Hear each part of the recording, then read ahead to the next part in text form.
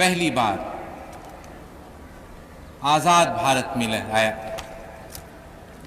आज भी उसी तरह से जब झंडा लहराया तो एक तरह से मुझे लगा कि मेरे हाथ इस झंडे को नहीं खोल रहे थे, बल्कि मेरे हाथ के साथ भारत के 80 करोड़ लोगों के हाथ जुटे हुए थे, क्योंकि ये झंडा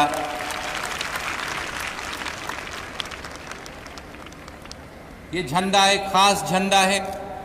इसी तिरंगे के नीचे हमने आज़ादी के लिए लड़ाई लड़ी थी। इसी तिरंगे के नीचे देश को हमने मजबूत बनाया है, आज़ाद रखा है, देश को आगे बढ़ाया है।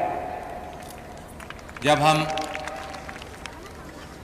स्वतंत्रता दिवस पर इस झंडे को लहराते हैं तो ये भारत की आज़ादी का प्रतीक है, भारत की स्वतंत्रता का प्रतीक है, हमारे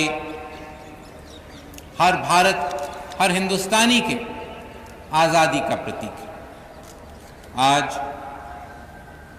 स्वतंत्रता दिवस पर हम हमारे लाखों स्वतंत्रता सेनानियों को याद करते हैं, लाखों जिनका नाम भी इतिहास में दब गया है, छिप गया है, जो हमें मालूम नहीं। हजारों जिनकी कुर्बानियां इतिहास में खो गई हैं, जो आज भी हमारे सामने नहीं। साथ में हम उन स्वतंत्रता सेनानियों को भी धन्यवाद देना चाहते हैं जो आज हमारे बीच हैं। जब भी हम आज़ाद भारत का सोचते हैं तो हमें हमारे स्वतंत्रता सेनानी सामने दिखाई देने चाहिए। उन्होंने बहुत बड़ी कुर्बानी दी, बहुत बड़ा संघर्ष किया, तरह तरह की चुनौतियों का मुकाबला किया, भारत को आज़ाद करने के लिए, भारत को मजबूत करने के लिए, भारत को आगे बढ़ाने के लिए। लेकिन आज हमारा खास ध्यान गांधी जी के तरफ, पंडित जी के तरफ, शास्त्री जी के तरफ और इंदिरा जी के तरफ जाता है। गांधी जी ने हमारी आज़ादी की लड़ाई को एक नया रास्ता दिखाया था। पंडित जी ने उस आज़ादी को विकास में, एक राष्ट्र बनाने में घुमाया, एक नए रास्ते पर चलाया। शास्त्री जी ने, इंदिरा जी ने तरह तरह की चुनौतियों का मुकाबला किया, भारत को मजबूत रखने के लिए, भारत की एकता और अखंडता बचाने के लिए। आज हमें यह भी याद रखना चाहिए कि भारत का जो आज़ादी का आंदोलन था, ये खास क्रांतिकारी आंदोलन था। ऐसे आंदोलन खाली 2-3 पहले आए हैं। एक अमेरिका का था, एक फ्रांस का था और एक रूस का था। उसके बाद भारत का ही क्रांतिकारी आंदोलन दुनिया में आया। लेकिन जहां पहले 3 क्रांतिकारी आंदोलनों में एक हिंसा की धारा चलती थी, भारत ने गांधी जी के नेतृत्व में एक नया रास्ता दिखाया। जब भारत गुलाम था तो उस गुलामी के धुंध के बीच में से गांधी जी ने हमारी विरासत की एक धारा निकाली। उस धारा पर चलते हुए उन्होंने हमारे ऐतिहासिक और सांस्कृतिक रास्ता वापस दिया हमें, और उस सिद्धांतिक रास्ते पर भारत मजबूत हुआ। उसी सिद्धांतों के रास्ते पर हमने आज़ादी जीती और उन्हीं सिद्धांतों पर हम मजबूत हो पाए हैं, हम आज़ाद रह पाए हैं। लेकिन ये क्या सिद्धांत थे जो गांधी जी ने हमें दिखलाए? नए नहीं थे, हमारे इतिहास में से, हमारी संस्कृति में से उन्होंने निकाले थे, हमें दोबारा दिए थे। सबसे ऊपर तो अहिंसा थी। लेकिन जब गांधी जी अहिंसा की बात करते थे, उनके मन में अहिंसा के माने एक बहुत ज्यादा बड़ा मायना होता था। उनके मन में अहिंसा खाली हिंसा नहीं थी, बल्कि अहिंसा के माने ये था कि दिल में हिंसा की भावना भी नहीं होनी चाहिए जो हमें दबानी पड़े। उन्होंने हमें अहिंसा के रास्ते पर चलाया, सत्य के रास्ते पर चलाया।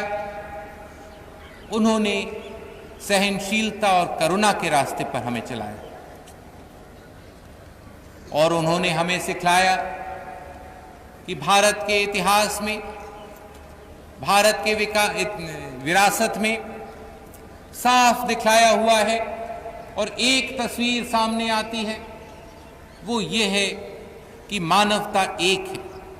चाहे हम किसी धर्म के हों, किसी प्रांत के हों, कोई भी भाषा बोलते हों या हमारे कोई किसी भी रंग के हों, इन कुछ चंद सिद्धांतों पर गांधी जी ने हमें ताकत दी। इन्हीं सिद्धांतों से ताकत मिली, इन्हीं सिद्धांतों से आजादी मिली और इन्हीं सिद्धांतों पर चलकर हम आजाद रह पाए हैं। साथ में गांधी जी ने एक और सबक हमें सिखाया था कि अगर भारत में विकास होना है, अगर भारत में सचमुच में लोगों के हाथ में आजादी आनी है, भारत के लोगों को पूरी तरह से आजाद होना है, तो वो आजादी, वो विकास भारत के गांव से, भारत के देहात से शुरू होना होगा। खाली तब हम सचमुच में कह सकते कि हम आजाद हैं।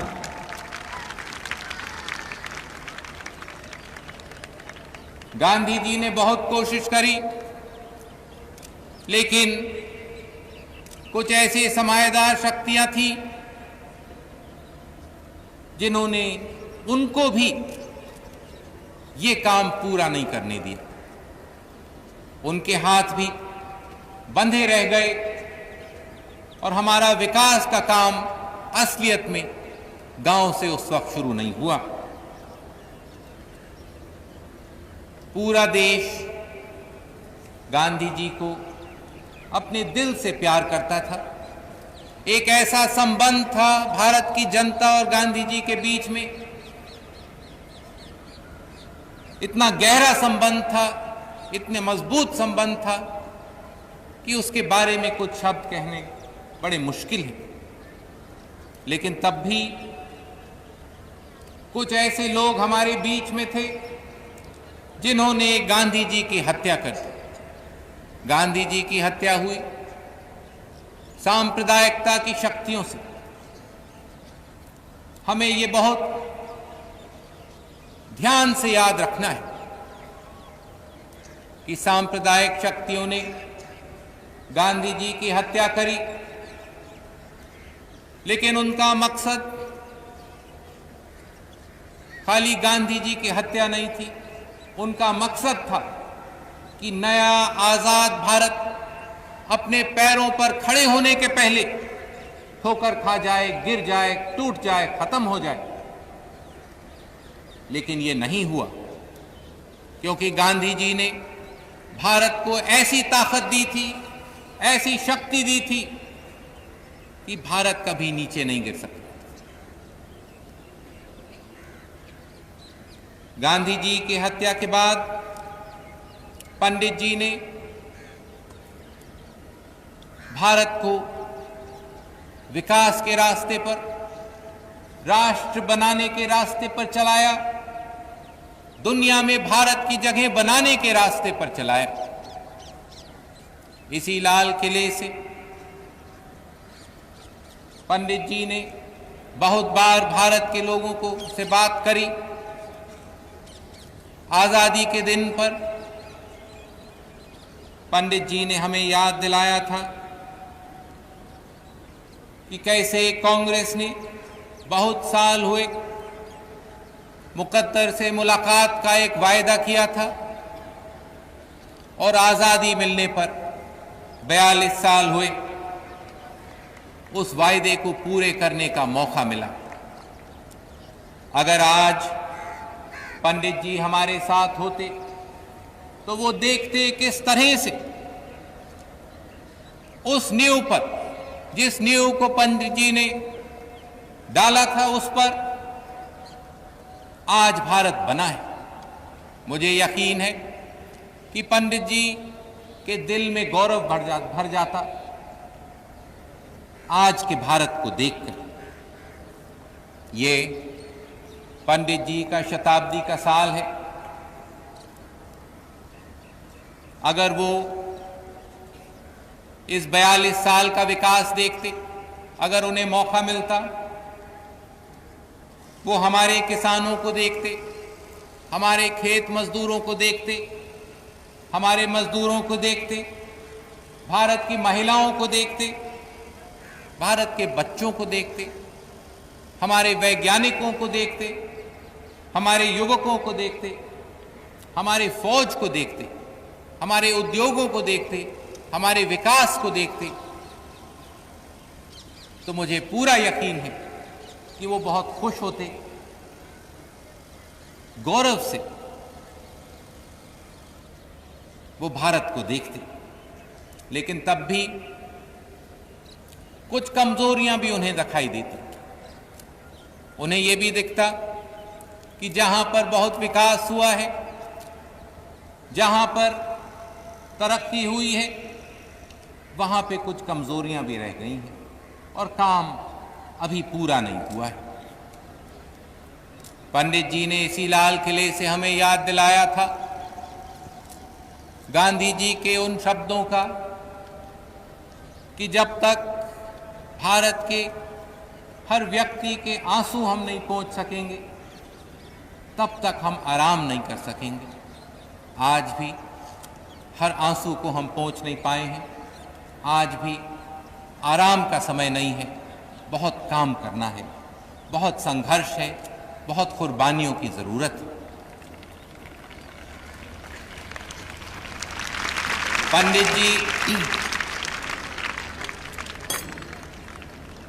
पंडित जी बहुत चाहते थे कि गांधी जी का ग्राम स्वराज पूरा हो। यही करने के लिए पंडित जी ने पंचायती राज शुरू किया था। लेकिन जो काम पंडित जी ने शुरू किया पंचायती राज में, जो रास्ता पंडित जी ने दिखाया था, वो रास्ता हम पूरा नहीं कर पाए।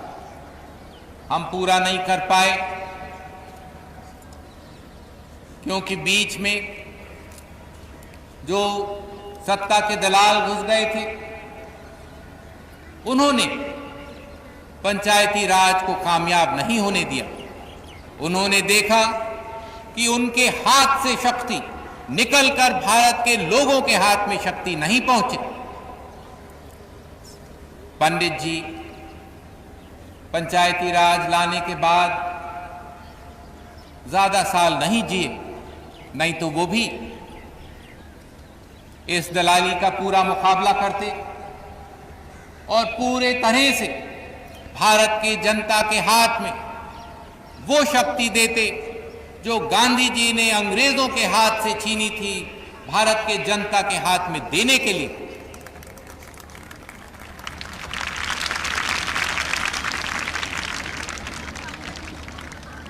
इंदिरा जी ने अपना पूरा जीवन भारत के गरीब भारत के कमजोर वर्गों के लिए लगा दिया। उनका हर काम भारत के पिछड़े हुए, दबे हुए लोगों को ऊपर उठाने में लगा। उन्होंने शुरुआत करी बैंकों के राष्ट्रीयकरण से, जिसमें पूंजी भारत के लोगों के हाथ में पहुंची। आज तो कोई प्रश्न ही नहीं उठता है जब हम बैंकों के कार्यक्रमों की बात करते हैं, लेकिन हमें याद रखना चाहिए कि 20 साल हुए जब बैंकों का राष्ट्रीयकरण हुआ था, तो भारत के देहात में, भारत के गांवों में करीब करीब कोई भी बैंक की ब्रांच नहीं थी। गरीबों को इस पूंजी का फायदा नहीं मिल रहा था, उनको मदद नहीं मिल रही थी। आजाद भारत में भी धन अमीरों के हाथ में से ही निकल रहा था, अमीरों के हाथ में ही जा रहा था। इंदिरा जी ने बैंकों का राष्ट्रीयकरण करके ये बदला। उन्होंने देश का धन भारत के गरीबों के काम में लगाया, भारत की गरीबी हटाने में लगाया, भारत के गरीबों को ऊपर उठाने में लगाया।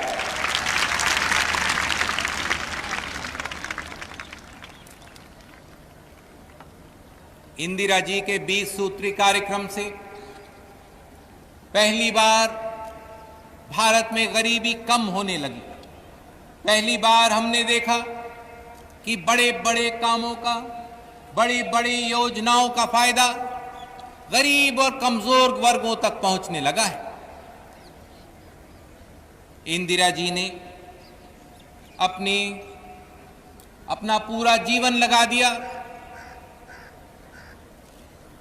समाजदार शक्तियों की लड़ाई में, उनका सामना करने में, उन्हें खत्म करने में। अगर कोई चीज इंदिरा जी के दिल में गरीबी हटाने से ऊंची थी, तो वो भारत की एकता और अखंडता थी, भारत की आजादी थी। इंदिरा जी ने कोई ऐसा कदम नहीं किया, कोई ऐसा कदम छोड़ा नहीं जिससे भारत मजबूत हो।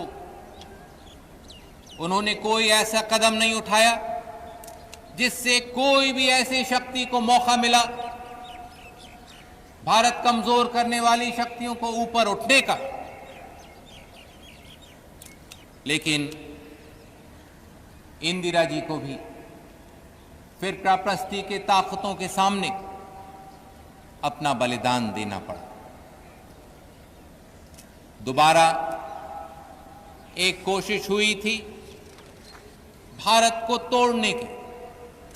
जिस तरह से गांधी जी के हत्या के साथ एक कोशिश थी कि हमारा भारत टूट जाए, उसी तरह से इंदिरा जी की हत्या के साथ एक कोशिश थी कि हिंदुस्तान के टुकड़े टुकड़े हो जाए। मुझे याद है 4.5 साल हुए जब इंदिरा जी की हत्या हुई थी, तो कैसे नाजुक जमाने में से भारत निकल रहा था, कैसे मुश्किल दिनों में से, कैसे अंधेरे बादल छा रहे थे पूरे देश पर। देश के कोने कोने में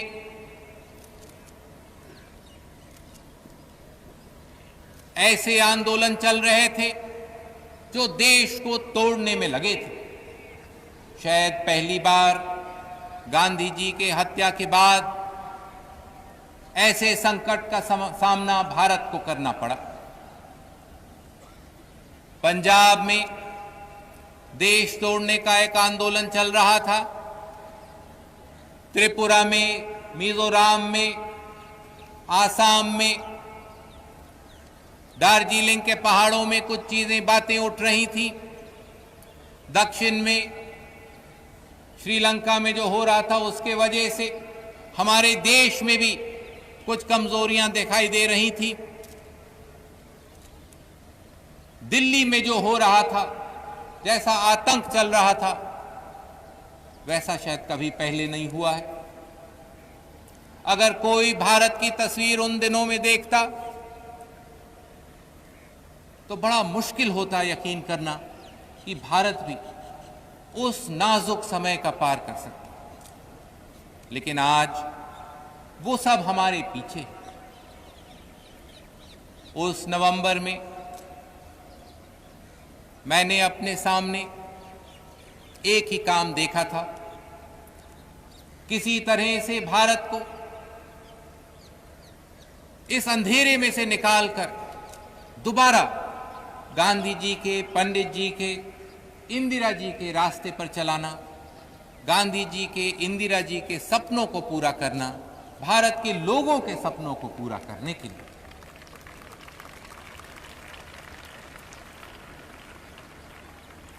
इंदिरा जी के हत्यारों की कोशिश थी कि भारत टूट जाए।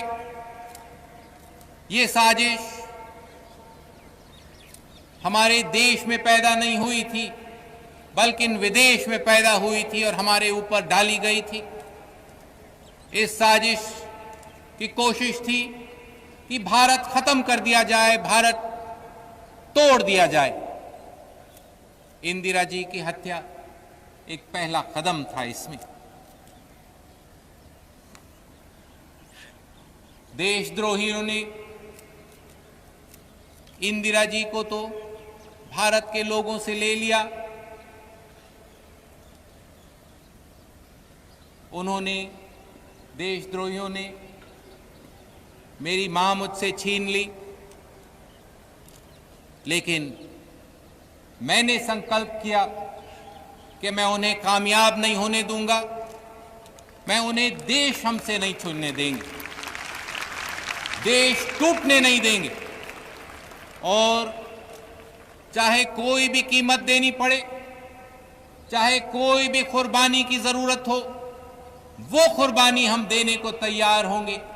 लेकिन भारत को हम कमजोर नहीं होने देंगे, भारत को हम टूटने नहीं देंगे। अगर इंदिरा जी ने, अगर मेरी मां ने मुझे कुछ सिखाया तो मुझे ये सिखाया था कि देश के लिए कोई भी कुर्बानी कम नहीं है।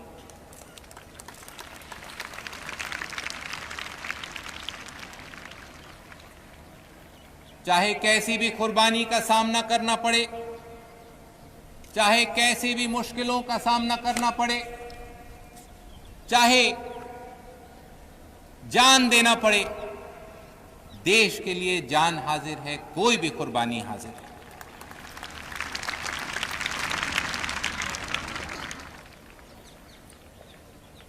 आगे वो ही संघर्ष चलाना है जो गांधी जी ने, पंडित जी ने, इंदिरा जी ने चलाया था। वो ही आंदोलन चलाना है, क्योंकि जो आंदोलन गांधी जी ने चलाया था वो खाली भारत को आजाद करने का नहीं था, वो दुनिया के गरीबों को एक नया रास्ता देने का था। दुनिया की सभ्यता को एक ही रास्ता है बचने का। आज आस्ते आस्ते से दुनिया पहचान रही है कि खाली गांधी जी और पंडित जी के रास्ते से मानवता बच सकती है। गांधी जी ने और पंडित जी ने पहली बार दुनिया के सामने नए तरह के विचारधाराएं रखी।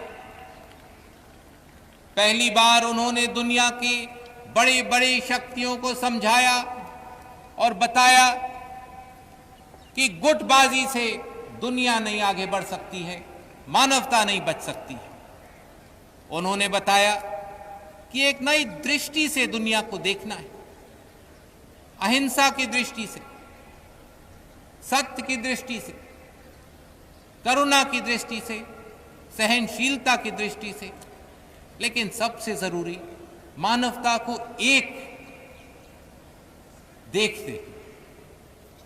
यही ताकत थी हमारी और इसी रास्ते पर भारत मजबूत हुआ है। लेकिन इस रास्ते पर तरह तरह की ताकतों का सामना करना पड़ा है, मुकाबला करना पड़ा है, तरह तरह का संघर्ष आया है। मौके मौके पर रूढ़िवादी शक्तियों का मुकाबला किया है। आज भी वो मुकाबला हमारे सामने है। आज भी रूढ़िवादी शक्तियां खत्म नहीं हुई हैं। हम देख रहे हैं कैसे महिलाओं के हक लेने के लिए रूढ़िवादी शक्तियां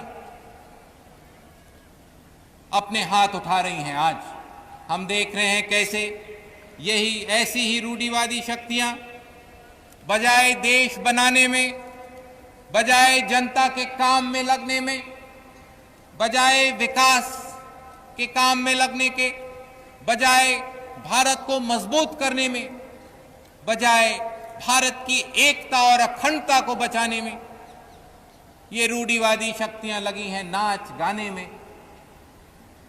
ऐसे भारत नहीं बन सकता है। ऐसे हम राष्ट्र नहीं बना सकते हैं। हम भारत को मजबूत नहीं कर सकते हैं। इसी तरह से देश को कमजोर करने वाली, देश को तोड़ने वाली शक्तियां आज भी ऊपर उठ रही हैं। बहुत दुख की बात है। मैंने कहा था कि अगर गांधी जी और पंडित जी और इंदिरा जी आज होते तो वो भारत का विकास देख के खुश होते, उनके दिल में गौरव भर जाता। लेकिन कुछ हमारी कमजोरियां देखकर उनके दिल में दुख भी भर जाता। अगर वो देखते कि आज भी ऐसी रूढ़िवादी शक्तियां जिंदा हैं, अगर वो देखते कि आज भी देशद्रोही खुले में घूम सकते हैं, हमारे संसद में भी हो सकते हैं, अगर वो देखते कि देशद्रोही इंदिरा जी के हथियारों को भी सहारा दे सकते हैं, हथियारों के गढ़ में जाके सरों पे ले सकते हैं, अगर वो देखते कैसे आज भी हमारे बीच के कोई लोग ऐसे प्रस्तावों का सहारा देते हैं जो भारत को कमजोर करते हैं, ऐसे प्रस्ताव जो भारत को तोड़ देंगे, तो उनके दिल में बहुत दुख आता है। अगर गांधी जी और पंडित जी और इंदिरा जी आज देख सकते कैसे सांप्रदायिकता की शक्तियां ऊपर उठ रही हैं, अगर वो देखते कैसे सांप्रदायिकता के बल पर राजनीति भी चलने लग रही है, लेकिन शायद सबसे बड़ा दुख उन्हें होता जब वो देखते कि जो सबसे बड़ी बात गांधी जी ने हमें सिखाई थी, उससे छोड़कर लोग आज हमारी राजनीति चला रहे हैं। कुछ ऐसे लोग हैं हमारे राजनीति में जो सिद्धांतों को छोड़ सकते हैं। ये सबसे बड़े दुख की बात है, क्योंकि जिस दिन भारत सिद्धांत के रास्ते से उतरा था, उस दिन से हम गुलाम होने लग गए थे और उसी रास्ते पर हम गुलाम हुए थे। आज भी वैसी ही कमजोरी होगी। खाली सिद्धांत के रास्ते पर चलकर हमारी ताकत बनी थी, लेकिन आज दुख है कि भारत की राजनीति में मौके का फायदा, समझौते की बात होती है, सिद्धांत के बारे में बहुत कम लोग बात करने को तैयार हैं। हमें याद रखना चाहिए, इसी तरह से सिद्धांतों को छोड़कर जब देशद्रोही शक्तियां, सेसेशनिस्ट ताकतें और सांप्रदायिक ताकतें एक हुई थी, तब भारत का बंटवारा हुआ था, तब भारत टूटा था। हमें याद रखना चाहिए कैसे हुआ था, और आज हमारी पूरी ताकत लग जानी चाहिए देखने के लिए कि ये देशद्रोही ताकतें, ये रूढ़िवादी ताकतें, ये सामंतवादी ताकतें, ये जातिवाद की ताकतें, ये सांप्रदायिक और फिरकाप्रस्ती की ताकतें समझौता ना कर पाएं, क्योंकि इनके समझौते पर भारत का बंटवारा है। भारत की जनता को ये याद रखना है, ये ध्यान में रखना है, क्योंकि अगर भारत की जनता इन ताकतों को एक होने देगी, इनको मजबूत होने देगी, तो भारत टूट जाएगा, भारत की आजादी खो जाएगी, भारत गुलाम हो जाएगा, भारत गिर जाएगा, सालों का, सदियों का संघर्ष खत्म हो जाएगा मौके के समझौते के लिए। हम देखेंगे कि ये ताकतें एक ना हो पाए। हम लड़ेंगे इन ताकतों को खत्म करने के लिए, और हम ये लड़ाई छोड़ेंगे नहीं जब तक ये ताकतें बिल्कुल खत्म हो जाएं, भारत की धरती से निकल जाएं, भारत में दिखलाई न दें। चाहे कैसा भी मुकाबला करना हो, चाहे कैसे भी